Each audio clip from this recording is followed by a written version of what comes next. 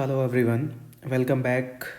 I hope you all are fine और आप सभी अपनी अपनी प्रिपरेशंस में जी जान से लगे हुए हैं। तो जैसे कि हम अभी क्वेश्चन सॉल्व कर रहे थे, हमारे जो भी प्रीवियस ईयर के ये जो भी क्वेश्चंस थे हमारे टायर 2 के सीजीएल के, वो हम सॉल्व कर रहे थे। तो उसी में हम आज आगे बढ़ते हुए अपने उसी प्रोसेस में, हमारा ये पार्ट 3 है, जो हमारी सीरीज़ है उसका पार्ट 3 है और आज भी हम 5 क्वेश्चन सॉल्व करेंगे। तो without wasting much time of yours बढ़ते हैं, शुरू करते हैं। तो जो हमारा फर्स्ट क्वेश्चन है दैट इज़ 2 फ्लाईओवर्स। और हाँ, मैं एक चीज़ और ये बता दूं कि अभी आप ये क्वेश्चन नंबर 11 देख रहे हैं, तो जो हमारे पिछले 2 पार्ट्स हैं उनमें हमने 5 क्वेश्चंस कवर किए हुए हैं। दैट इज़ जो उसके पहले के 10 क्वेश्चंस हैं वो हमारे पीछे के पार्ट्स में हैं। तो पार्ट 1 और पार्ट 2 का लिंक आपको डिस्क्रिप्शन में मिल जाएगा।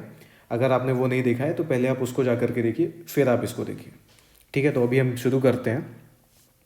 2 flyovers have been proposed in the new plan to decongest MG road। अब सब्जेक्ट है हमारा 2 flyovers। हमें इससे मतलब नहीं, हम पहले भी कहा था कि राम, रहीम, सीता, गीता कुछ भी हो, यहाँ पे ये सब्जेक्ट है, ये है आपका प्लूरल। ठीक है, हमें मतलब ये देखना है।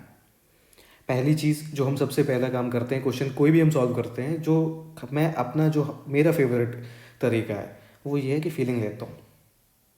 ठीक है, जिसको कि मैं कहता हूँ कि रीडिंग हैबिट आप कह लीजिए, कॉलोकेशन कह लीजिए। तो 2 flyovers have been propose in the new propose. अब जैसे ही आप प्रपोज पे जा रहे हो, अटपटा थोड़ा लग रहा होगा, है ना। जो भी रीडिंग करता है टाइम टू टाइम उसे अटपटा ही लगेगा, क्योंकि हमारा जो एरर है वो है ही यहाँ प्रपोज में। अभी मैं आपको वो भी बता देता हूँ क्यों। क्योंकि जो हमारा टेंस दिया है ना, देखिए हैव बीन और प्रपोज, ये जो 2 फ्लाईओवर है ना, जो और जो हमारा जो वर्ब है वो एक्शन वर्ब है। सॉरी, जो ये वर्ब है ये डूइंग, क्या कहते हैं, ये वर्ब डूइंग रेफर करती है। और जो हमारा फ्लाईओवर्स हैं उन्होंने खुद को तो प्रपोज किया नहीं होगा।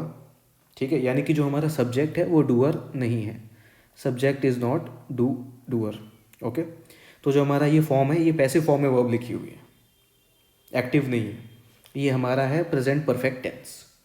तो हमारी जो एक्टिव फॉर्म में होती है वो होता है have been plus verb third form. क्या V3 है यहाँ पे? नहीं है। तो जो हमारा जो एरर होगा वो होगा हमारा पार्ट नंबर, ऑप्शन नंबर क्या है हमारा, option number 2, that is have been propose, क्योंकि यहाँ पे हमें V3 चाहिए, वर्ब की third form. Okay guys, so आगे बढ़ते हैं। A large amount of money he invested were wasted. ठीक, अब कुछ लोग बोलेंगे फीलिंग, वैसे मुझे तो इसमें भी फीलिंग आ रही, बट अब फीलिंग हटाते हैं इसमें, सॉरी। हाँ, ये क्या हो गया, चलिए, बैटरी लो है, डॉक्टर साहब ने बिल भरा नहीं है, लाइट कट गई है, तो डॉक्टर साहब ही हैं। चलिए क्वेश्चन करते हैं, वरना ये भी ख़त्म हो गया तो बन चुका आज का वीडियो। तो a large amount of money he invested were wasted. तो अब अमाउंट ऑफ मनी है जो large, sorry, amount of money पे सिर्फ आप ध्यान दीजिए। अब वो लार्ज है या स्मॉल अमाउंट है, जैसा भी है उससे मतलब नहीं है। तो जो अमाउंट ऑफ मनी होता है, ठीक है, वो आपका होता है सिंगुलर। क्या होता है गाइस? सिंगुलर, जो अमाउंट ऑफ मनी है ना। अब आप हिंदी में तो कहने को बोल सकते हैं, है ना, कि उसने एक, अगर सॉरी, हाँ, हिंदी में भी अगर आप अभी आप इसी चीज़ को बोलेंगे कि एक बहुत बड़ी मात्रा में पैसे, है ना। तो हिंदी में तो अभी आप जैसे बोलेंगे तो बहुत बड़ी मात्रा में पैसे मैंने उसको दिए, तो हिंदी में आपको लग रहा होगा पैसे, ये तो प्लूरल हो गया, या रुपए दिए तो ये तो प्लूरल हो गया, है ना। लेकिन जैसे ही अमाउंट ऑफ मनी आता है ना, ये सिंगुलर हो जाता है। तो अब इसको रेफर करने के लिए जो हमें वर्ब, सॉरी, जो हमें वर्ब दिया है वो है वर वेस्टेड। ठीक, तो यहाँ पे वर ना होके वॉज होगा, क्योंकि ये सिंगुलर है भैया, प्लूरल तो है नहीं जो हम वर यूज़ कर लेंगे। इतना तो मेरे ख्याल से सभी को पता होगा कि सिंगुलर के साथ हमारा वर जाता है और प्लूरल के साथ वर हम, सॉरी, वॉज जाता है और प्लूरल के साथ हम वर यूज़ करते हैं। प्लूरल के साथ वर यूज़ करते हैं। तो जो हमारा आंसर होगा वो होगा ऑप्शन नंबर 4, एसएससी का चहीता। तो हम बढ़ते हैं अपने नेक्स्ट क्वेश्चन की ओर, that is question number 13। No one have ever visited this place before. ठीक है, अब फिर से अगर मैं सीधा सीधा, अगर मैंने थोड़ी बहुत भी रीडिंग की है और मैं कोलोकेशन के बेस पे इसको करना चाहता हूँ, तो आप यहीं पे देखेंगे नो वन के बाद यहाँ पे हैव दिया हुआ है। आप जब मतलब रीडिंग करेंगे ना तो पढ़ने में आपको अपने आप ही अजीब लगने लग जाएगा कि यार नो वन के बाद हैव, है ना।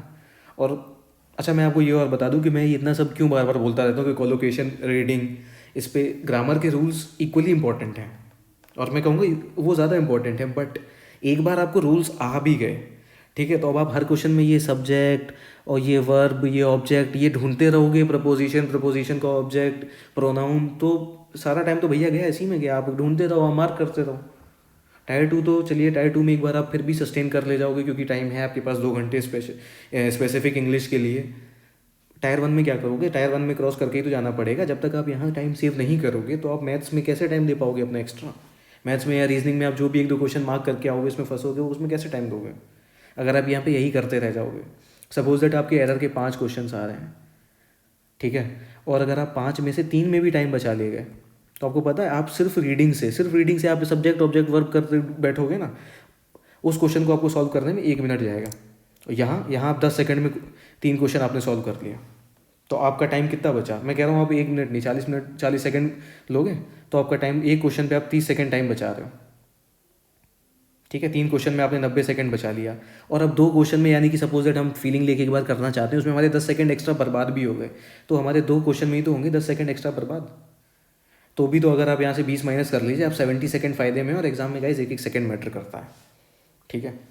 तो बहुत ही ज़्यादा ज्ञान देने के बाद होप आपको पसंद आया हो, आपके मतलब का ही ज्ञान है। बढ़ते हैं अपने क्वेश्चन पे। नो वन है भैया, नो वन होता है सिंगुलर। अगर आपको मैं उस ग्रामर के फॉर्म में बता दूं, नो वन है singular. No one, every one, everybody, ये सब सिंगुलर होते हैं। और सिंगुलर के साथ अब ये तो पता ही है भैया, हैव नहीं आएगा, सिंगुलर के साथ आएगा हैज़, है ना। तो जो हमारा आंसर हो गया वो हो गया ऑप्शन नंबर 2। अब डॉक्टर साहब भैया पढ़ा लेने दीजिए, वीडियो कंप्लीट करना है, कॉल करने लग रहे हैं, कह रहे हैं हमारे पेशेंट आ गए, उनका बीपी लो। यार हद है यार, एक काम करवाओ, सैलरी एक की भी ना दे रहे, काम 2-2 करवा रहे हैं। बताइए गलत बात है कि नहीं। चलिए, गलत तो बहुत ही कुछ है। नेक्स्ट क्वेश्चन हमारा है क्वेश्चन नंबर 14, जो कि आज का हमारा लास्ट सेकंड क्वेश्चन है। The reason for visiting Meerut was because my mother needed to be looked after. अब अच्छा, ये क्वेश्चन थोड़ा मुझे काफ़ी अच्छा लगा, बिकॉज आप एक बार में पढ़ के जाओगे ना, तो ये आपका क्या कहते हैं कि आप फीलिंग के बेस पे नहीं इसको खेल सकते हो। क्यों? क्योंकि आप एक बार में पढ़ते जाओगे ना तो आपको नहीं समझ में आएगा, इतनी जल्दी आप नहीं कैच कर पाओगे दिक्कत कहाँ है। इसमें आपको सब्जेक्ट ऑब्जेक्ट वर्ब करना ही पड़ेगा, ठीक है। तो अब यहाँ पे अगर हम सब्जेक्ट देखें तो यहाँ subject the reason for visiting Meerut, अब इसको सब्जेक्ट मान लेते हैं, ज़्यादा अंदर में नहीं जाऊँगा। तो the reason for visiting Meerut, अब या तो भाई ये है हमारी वर्ब, वॉज, अगर आगे कोई वर्ब नहीं दी गई है तो ये हमारी मेन वर्ब है, वॉज। अब ऐसा आपको पता है कि वर्ब को चाहिए होता है ऑब्जेक्ट, ठीक। और अब आ जाते हैं बिकॉज पे। ये मैं आपको ग्रामर से समझा रहा हूँ, फिर मैं आपको कॉमन सेंस से भी बताऊँगा इसको। अब आ गए बिकॉज, ठीक है। बिकॉज जो है आपकी है प्रपोजिशन,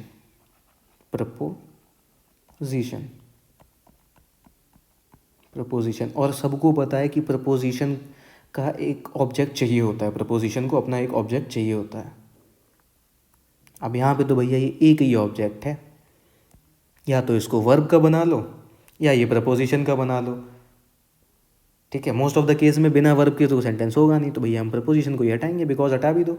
और वैसे भी ना बिकॉज यहाँ पे सुपरफ्लुअस है, ज़रूरत नहीं है बिकॉज की, क्योंकि आप यहाँ पहले ही कह रहे हो the reason for visiting, reason की बात पहले ही हो गई। हिंदी में अगर आप देखें तो बिकॉज का मतलब ही होता है कि बिकॉज हम तब यूज़ करते हैं जब हमें बताना हो कि ये रीज़न है।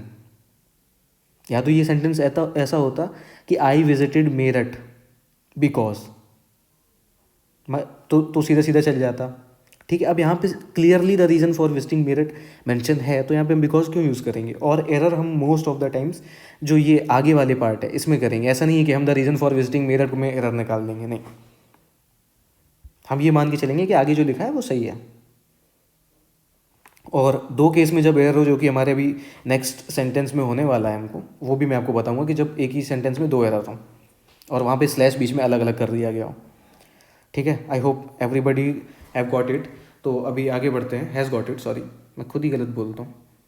तो जो हमारा है क्वेश्चन नंबर है वो है question number 15। In this lockdown period every worker in the factory has started bring their own lunch, है ना। अब हम इस सेंटेंस की बात करें तो ये जैसे कि हो गया इन दिस लॉकडाउन पीरियड, ये तो हो गया इंट्रोडक्टरी आपका पार्ट। एवरी वर्कर हो गया आपका, एवरी वर्कर हो गया आपका सब्जेक्ट, एवरी वर्कर है आपका सब्जेक्ट। ठीक, अब एवरी वर्कर है आपका सब्जेक्ट। इस सेंटेंस में देखिए दो एरर हैं। ठीक है, अभी मैं बताऊंगा कैसे। अब आप आते हैं, जैसे कि ये इन है, ये द फैक्ट्री इसका हो गया ऑब्जेक्ट हो गया। अब आते हैं, ये देखिए हैज़ स्टार्टेड। ठीक, स्टार्टेड हमारी हो गई वर्ब और ब्रिंग भी हो गई वर्ब। अब एक वर्ब के बाद दूसरी वर्ब तो नहीं आएगी ना, है ना। तो इसका जो करेक्ट फॉर्म होगा वो या तो अब हम इसको क्या कर देंगे, जिरंड बना देंगे, जो कि हो जाएगा ब्रिंगिंग, ब्रिंगिंग, ये हो गई जिरंड। और या तो हम इसको इन्फिनेटिव बना देंगे, यानी कि टू ब्रिंग, टू यूज़ कर लेंगे, तो हमारा ये सही हो जाएगा। कुल मिला के दोनों में से कुछ भी आएगा, बट ये ब्रिंग सही नहीं है, हमको इतना पता है, ये हमारा इम्प्रूवमेंट नहीं है, एरर है। लेकिन अब आप आगे बढ़िए, ये देखिए देयर भी आगे लगा हुआ है।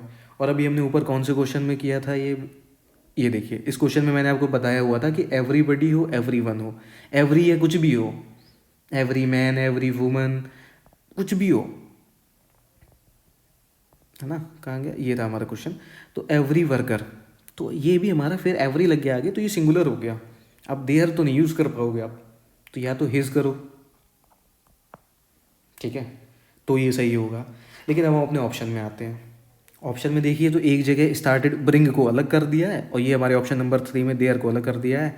और ये टाइप राइटर हमेशा ही नशे में रहता है, इसने ये दूसरा देयर, गलत देयर यूज़ कर दिया है यहाँ पे।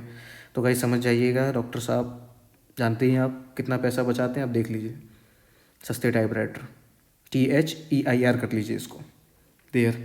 अब अलग अलग कर लिया है। अब इस केस में हम क्या करते हैं ना, कि जो पार्ट जिस एरर वाला, जिसमें जो पार्ट पहले आता है इसमें एरर है, हम हमेशा उसको सही करते हैं। तो जो हमारा आंसर होगा वो होगा ऑप्शन नंबर 1। ठीक है, इसमें भी एरर है, इसमें भी एरर है। या तो स्लैश हमारा इस जगह पे होता, ओन के पहले होता जस्ट, तो ये है कि सही हो जाता। बट अब हमारा जो स्लैश है, सॉरी सॉरी सॉरी सॉरी, जो हमारा स्लैश है वो यहाँ पे ना होके वो हमारा हो रहा है यहाँ पे, ब्रिंग और देयर के बीच में। तो इस वजह से हम ऑप्शन नंबर 1 चूज़ कर रहे हैं। ओके गाइस, तो अभी हमारे ये 5 क्वेश्चन यहीं पे ख़त्म हो गए हैं। फर्दर आपको अगर यही PDF चाहिए तो आप हमारे टेलीग्राम को ज्वाइन कीजिए। और अगर आपका कोई भी सजेशन है तो आप कमेंट्स में हमसे पूछ सकते हैं। सॉरी, आपका कोई भी कन्फ्यूज़न है तो आप कमेंट्स में हमसे पूछ सकते हैं, या कोई भी सजेशन है तो वो भी हमको कमेंट्स में दे सकते हैं। तो नेक्स्ट टाइम के लिए आप इन 5 क्वेश्चंस को प्रैक्टिस कीजिए। नेक्स्ट टाइम हम अपने बचे हुए क्वेश्चंस को सॉल्व करेंगे। तब तक के लिए bye bye, see you, take care.